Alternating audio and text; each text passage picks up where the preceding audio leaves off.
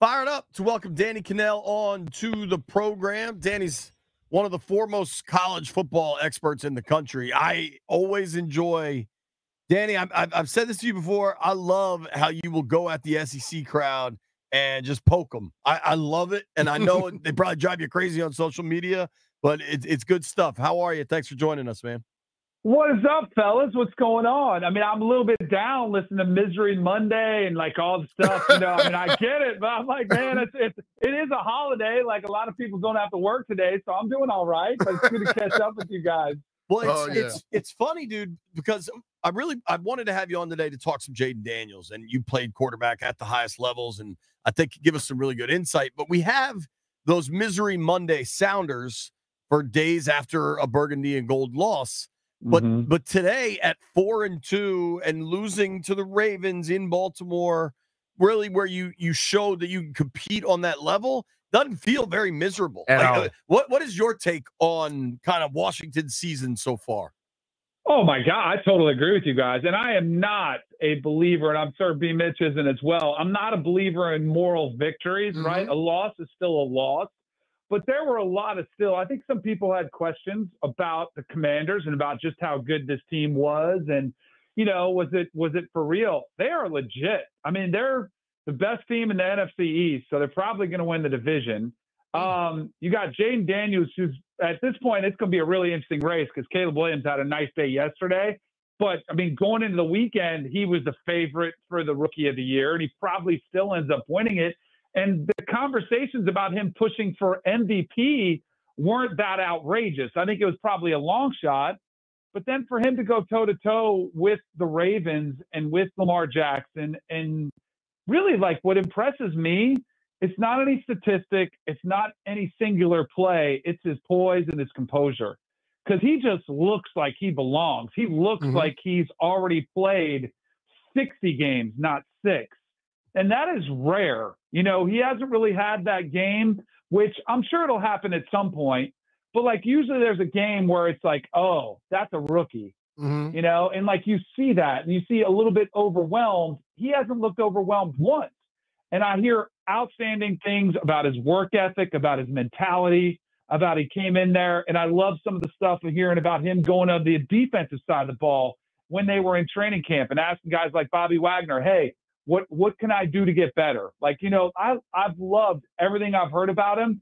And I think you don't have that type of success without, it's not fluky. It is a combination of an incredibly gifted young man who you pair that with a work ethic and, the right mindset. And it's been probably the biggest surprise, I would say, of the season. Because as people looked at Caleb Williams and they were like, oh, great surroundings, he's going to be fine.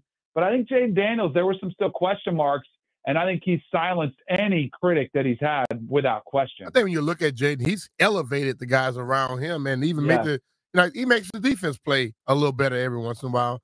But the thing I was asking, like, you look at him yesterday, 24 of 35, 68% completion. That's like a low game for him. So when you played, Danny, how long did it take you to settle down? Because what he's doing, as you stated, is remarkable. Well, BMitch, I only started about 30 games in the NFL. I don't know if it ever settled down for me. And I wasn't very good. That's the other thing. I was mostly a backup. But I will say this. So when I was my last year in the NFL, I was 30 years old. I was with the Denver Broncos, and I was a backup. But I probably had one of my best, seasons in practice and OTAs and training camp. And I did feel I finally got to that point, and I would say it was on the back end of my career, but I would say it probably takes typically 2 years, of starting experience. And, and of course you start adding to that. So you get even more and more comfortable within systems, with your system. And then I think it's clearly Jayden looks really comfortable in the system. I think where he elevates and takes the next step, which I think you'll see probably if it doesn't happen this year down the road, is where you really start to be comfortable knowing why you're running certain plays. Like you can execute the plays, but sometimes you don't know why. But the longer you play, you start realizing, okay, this is our collection of man beater plays, or these are our cover two beater plays, or these are the type of plays that we're going to run if we see a team that's running a lot of zone blitz. So you start really getting a full grasp of why you're doing things and recognizing what the opponent is doing. But I'll tell you, and I thought they did a really good job in the broadcast, the touchdown that he hit in the first half, where he was looking to the right and his second option coming from the backside, and he just seamlessly, no panic, just floats it right to an area, throws the receiver open, and knew exactly where to go with the football.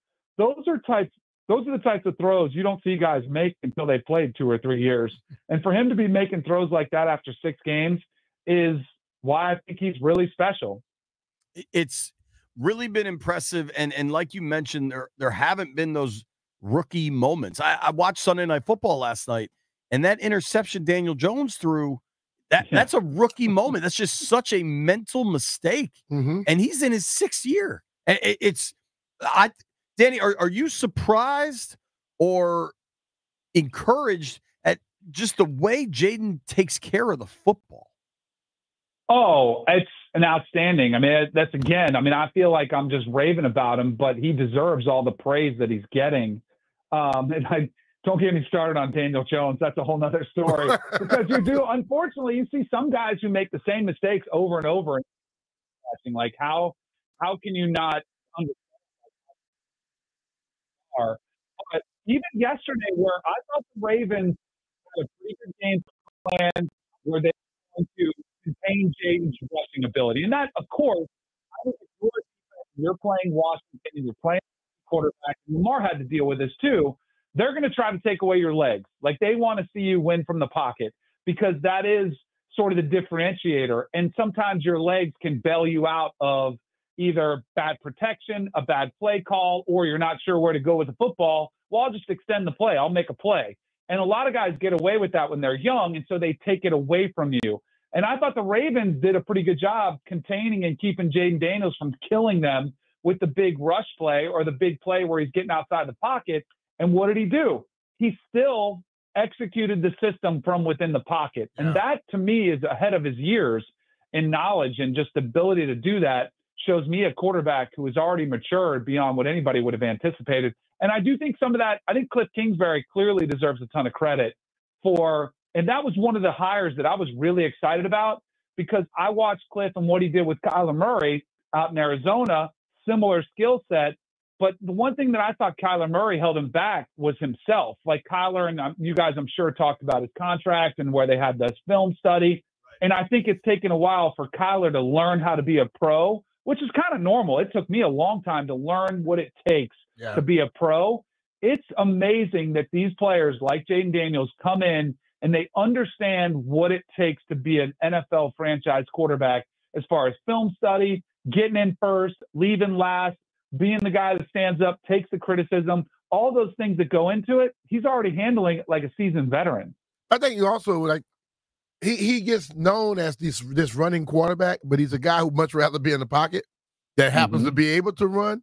And I think that kind of helps him out at this level even better, because, as you stated earlier, you just start running all the time in this league and you end up laying in the hospital somewhere, because guys will catch you. But if you know how to maneuver in the pocket and also use your legs just to buy more time, it'll be very beneficial to him, because he likes to run, but he protects himself for the most part.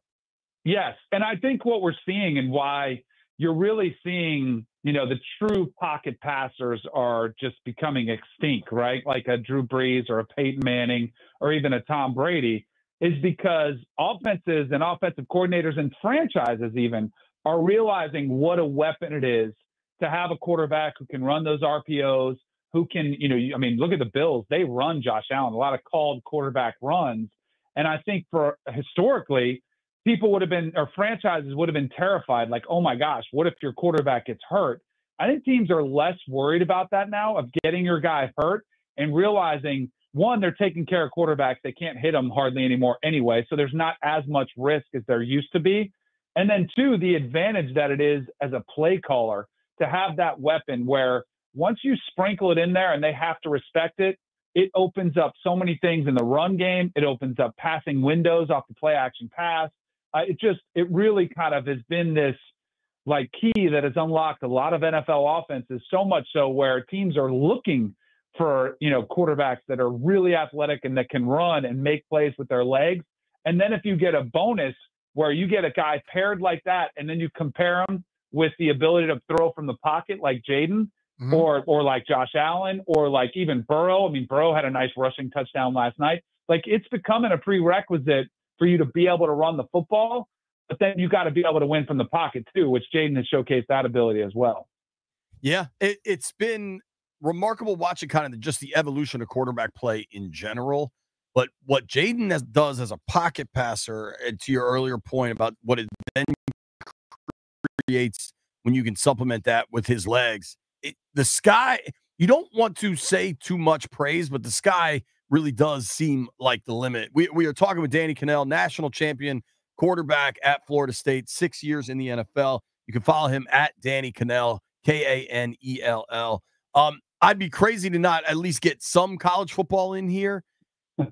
How about Bama losing to Vandy, almost going down to South Carolina? Oregon, Ohio State was an excellent game. Yeah. I mean, just Penn State, USC goes down to the wire. What a weekend in college football.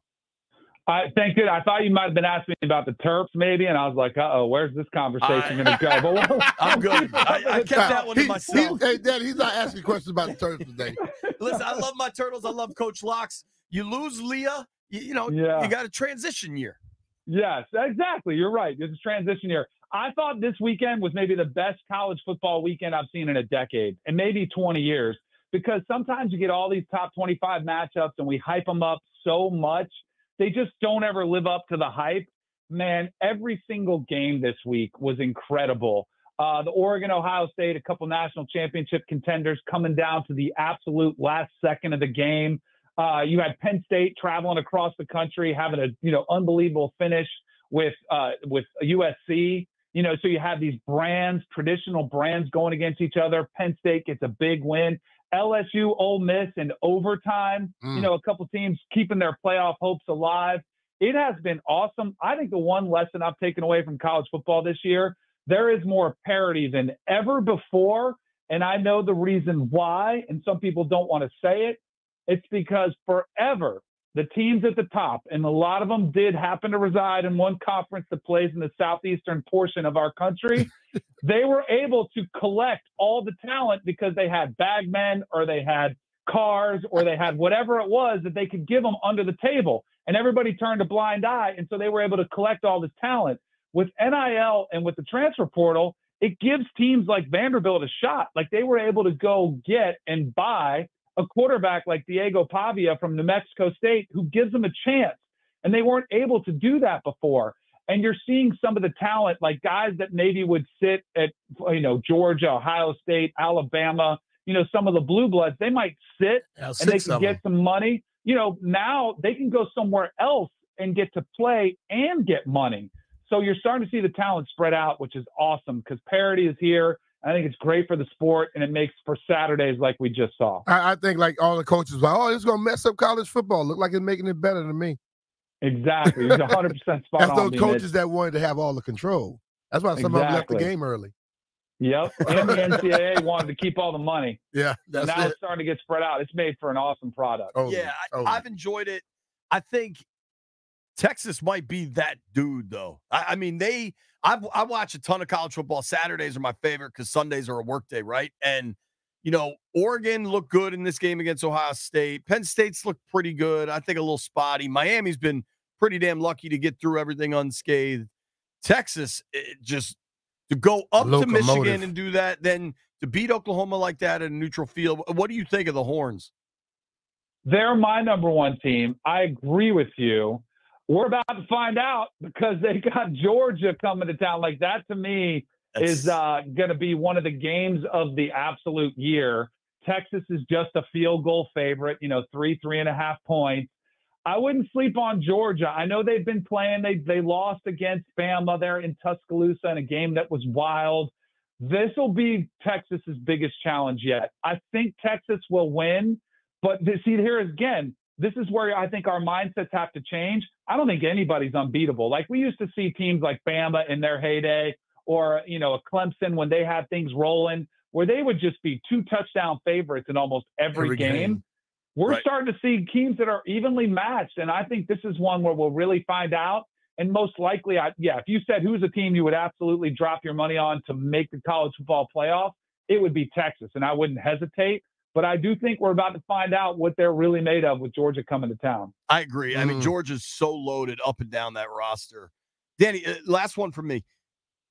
This is kind of a weird question because I'm not asking you who you think the best is, but Saturday I started to emerge really liking somebody. I'm curious, who's your favorite coach in college football? Oh, man. My favorite coach in college football. So, I mean, Kirby Smart's the most decorated, but I don't know if I personally would have loved playing for him. And that's just a personality thing. And I actually, as much, he's always yelling, screaming. I played for Coach Bowden and I played for Mark Richt, who are very, exactly. Oh, shucks. And he would get mad, but he was always, very calm and very cool. And Mark Richt was he got heat at Georgia when he was the head coach for not being fiery enough. If I was a quarterback coming out, I mean, we just talked about Texas. Steve Sarkisian, what he does offensively is pretty special. So I'd put him at the top of the list. I think Kalen DeBoer was at Bama, who he's getting so much heat because he's wearing a dry fit T-shirt. Like, fans are upset at Bama. Like, you can't be the coach at Bama wearing that. I think he's up there. Dan Lanning, now he's fiery, but my goodness, does he give some enthusiasm and some energy. And he's got an offensive coordinator, which is calling great games for them. So those guys probably be the top, but I'd probably lean Sark. If I was a young quarterback coming out, I'd probably lean towards Steve Sarkisian at Texas. Who were you going to say? Dude, Lanning impressed the bleep out of me Saturday night. And to be that young and to really what seems like it seems like the bond he has with his team, at least with Ohio State coming to town and what that meant to Oregon to get that dub. He seemed like a guy that will get you pretty motivated. He has a damn track team over there, I can tell you that. Now, my one seed of coaches I want to drink a beer with would be Lane Kiffin. Yeah, oh, no doubt. Lane would be the guy. And you want to do it in Oxford because the scenery is really nice in Oxford, Mississippi, where he is, too. But the one thing that you didn't – I don't know if you – I'm sure you noticed this, but Dan Lanning is one of the young, innovative minds who's really embraced analytics. Yeah. And he's also all over some of the little intricacies of the game. They tried an onside kick, unlike anything we've ever seen, when the kicker actually tried to drill it at the player who was the closest to the football for Ohio State. Like, it wasn't a traditional onside. It wasn't a squib kick. He tried to drill the guy with the ball, and he did, and they recovered it. We've never seen that. Yeah, I saw that. All of a sudden, he tries to do that. And then the last play of the game, when he sent out their 12 players on the field intentionally to make sure they don't give up the big play, but then they only give up 5, but they lose the seconds Ohio State did off the clock. Just little things like that are where he's really cutting edge as far as pushing the envelope and really embracing, some of the rules and intricacies of the game, which is brilliant when you think about it. Totally. Yeah, I've enjoyed him. Danny, this has been great, man. Appreciate you, Danny.